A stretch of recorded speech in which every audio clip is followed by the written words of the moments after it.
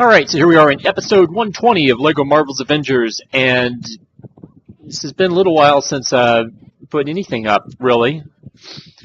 And I started working on a Crusader Kings 2 series. I just picked up that game, around the time, about midway through April.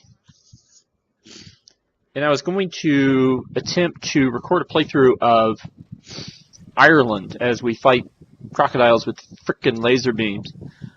And that didn't get very far, because little to my knowledge, while I was busy playing, I wasn't actually recording anything. So I can say successfully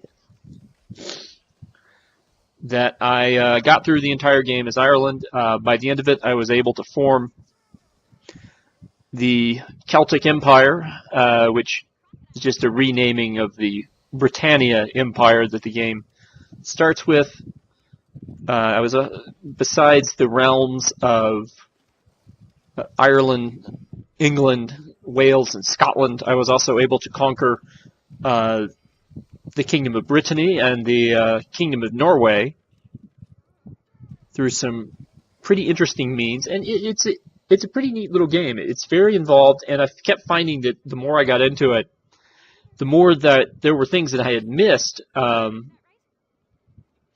I was playing along. And so I'm going to make another attempt to record footage for that. It's possible that I might go back and redo the Ireland campaign again from an earlier save.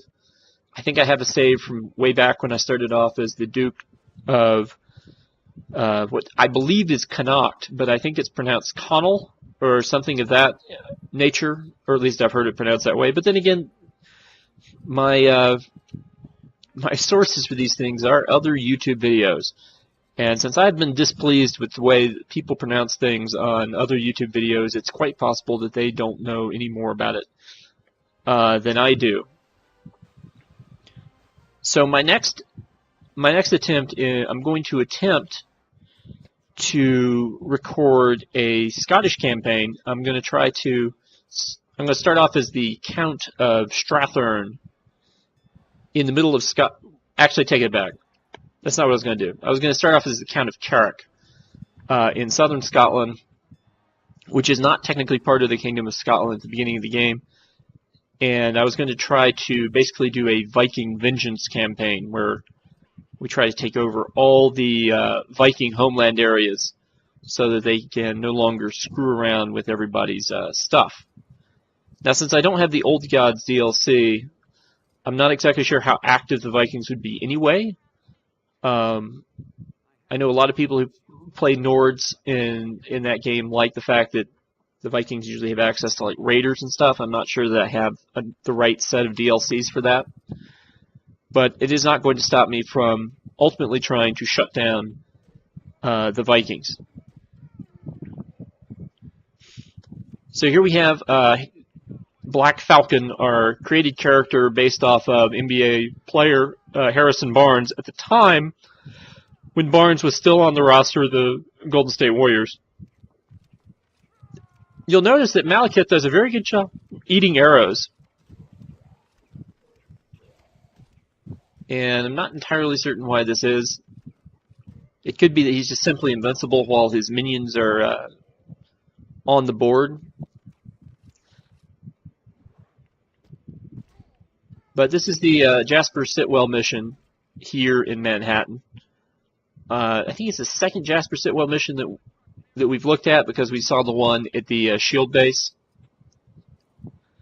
But basically, we're running the equivalent of a boss rush here. We're just going to several places and having showdowns with several villains. Here's Armin Zola. And unfortunately, my dodging techniques did not get better. In fact, in some cases, they appear to have gotten worse with time. I'm doing a decent job here, but as we get further on in this mission, my timing on blocking the old one-hit kill jump, not going to be doing so well.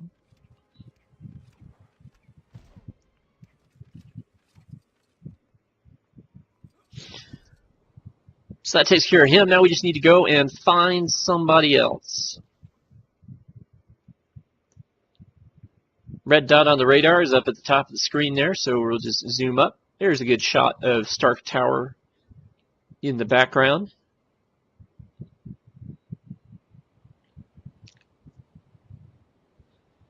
As we go over what certainly seems to be a more industrial part of Manhattan.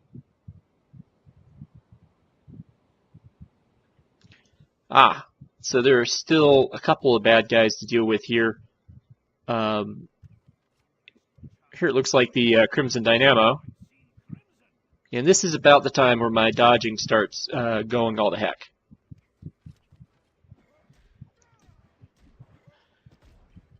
First off, I'm not really confident in the melee timing of the characters who are armed with bows.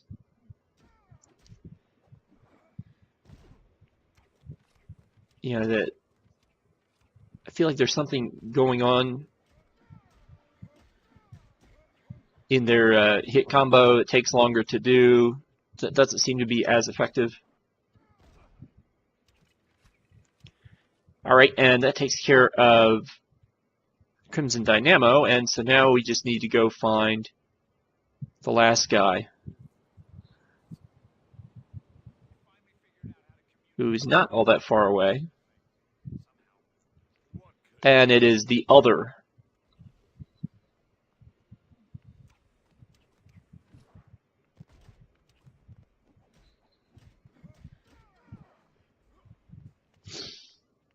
So, you know, a lot of news going on this week. Mostly the news that, yeah, I'm not really feeling all that well.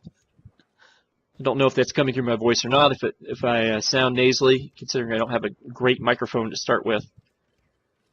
Hard for me to tell whether or not my voice is being affected for that reason. The NFL draft was last week. In fact, would have started just immediately a week ago based on the recording time of this. And, you know, to no surprise, really, the Browns took Myles Garrett. In fact, I kind of felt good about the Browns draft as a whole. I'm not a Cleveland Browns fan by any stretch of the imagination. I do wonder if they will be concerned that they missed out on, you know, at least two of the quarterbacks that they passed on in the draft. I'm not so worried about them being concerned about passing up on Pat Mahomes the second, who will be throwing the ball for the Kansas City Chiefs, if probably not next year, but sometime down the road. But, you know, they had the opportunity to get both Mitch Trubisky and Deshaun Watson and decided to do neither of those things. They did draft a quarterback. They drafted Deshaun Kaiser in the second round. Now, if you are a fan of Deshaun Kaiser, and Deshaun Kaiser is, by the way, you know, maybe you look at that and say, well, now here's Cleveland's quarterback of the future right here. The guy who self-proclaimed has the body of Cam Newton and the mind of Tom Brady. If you're wondering why Notre Dame didn't win more football games while he was there, then maybe you have a few more doubts than that. But for the most part, I did like Cleveland's draft. I liked Garrett. Garrett, besides being a physical specimen, not necessarily on the level of, or at least not yet, of Julius Peppers. But Garrett certainly a prototypical defensive end. I don't know if Cleveland will use him as such. Cleveland's defense last year was a 3-4 base defense, so he could be moving to outside linebacker, or they could try to turn him into J.J. Watt. The only thing about turning players into J.J. Watt is my experience is that there's only one J.J. Watt. Usually, if you're playing a defensive end in a 3-4 set, your job is to just take up space so that no one messes with the linebackers going on and what they're doing behind you, because they're going to be blitzing from any of the 4 linebacker positions. And the linebackers are really supposed to be the stars of the 3-4 defense. It's unusual for a defensive end to be the star. So J.J. Watt is really an exception. He's not the rule for how you play off of that position, or what you can get out of that position. So just to say that someone can step in and do that is just a little bit weird. Now, to be fair, the Texans have been experimenting more when Watt was injured with playing Jadeveon Clowney out there. And Clowney has shown a fair bit of aptitude for it. So they may end up having a really weird situation where they have a 3-4 set where you have real threats coming out of both end positions. But it's just too early to know what exactly Cleveland's going to do with Garrett.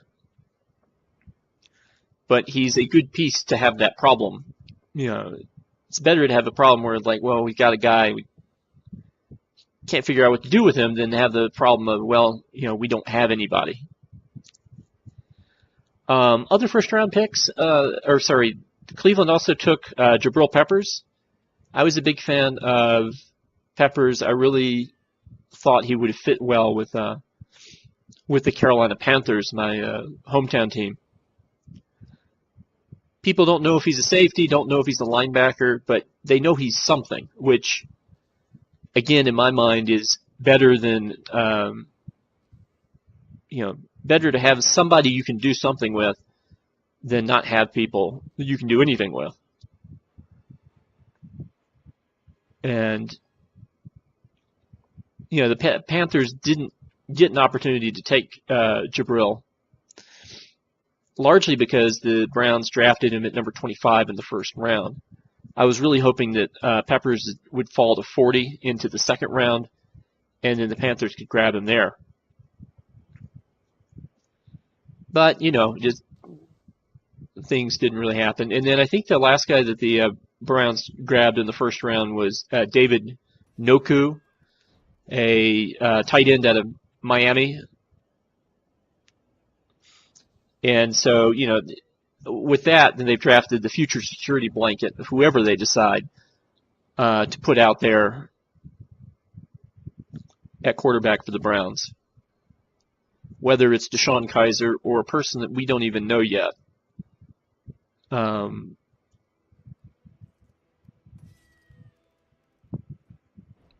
for the most part, again, I sort of approve of the Cleveland Browns draft. They have a theory about how they're working, and how they value certain talents, and they followed through with that theory the whole way through this year's draft. I have a gut feeling that they're going to wonder about Skip missing on Mitch Trubisky, but they clearly haven't been hit over the head too much with the Carson Wentz thing, where they traded away from Carson Wentz, just like they traded away from Deshaun Watson in the current draft.